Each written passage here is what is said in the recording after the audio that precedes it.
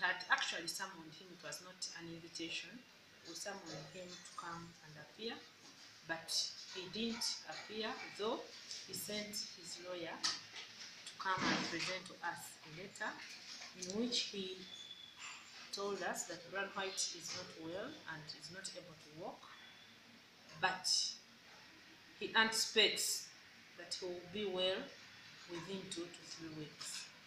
And as a committee, yes, we acknowledge that Brian White is not well because we have received the letter, but we don't work in anticipation. So we have summoned him to come and appear before the committee next week on Thursday at 10 a.m.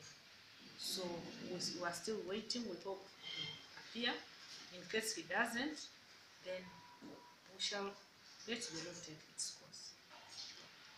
Honorable, what about those who have been threatened and trailed by Brian White?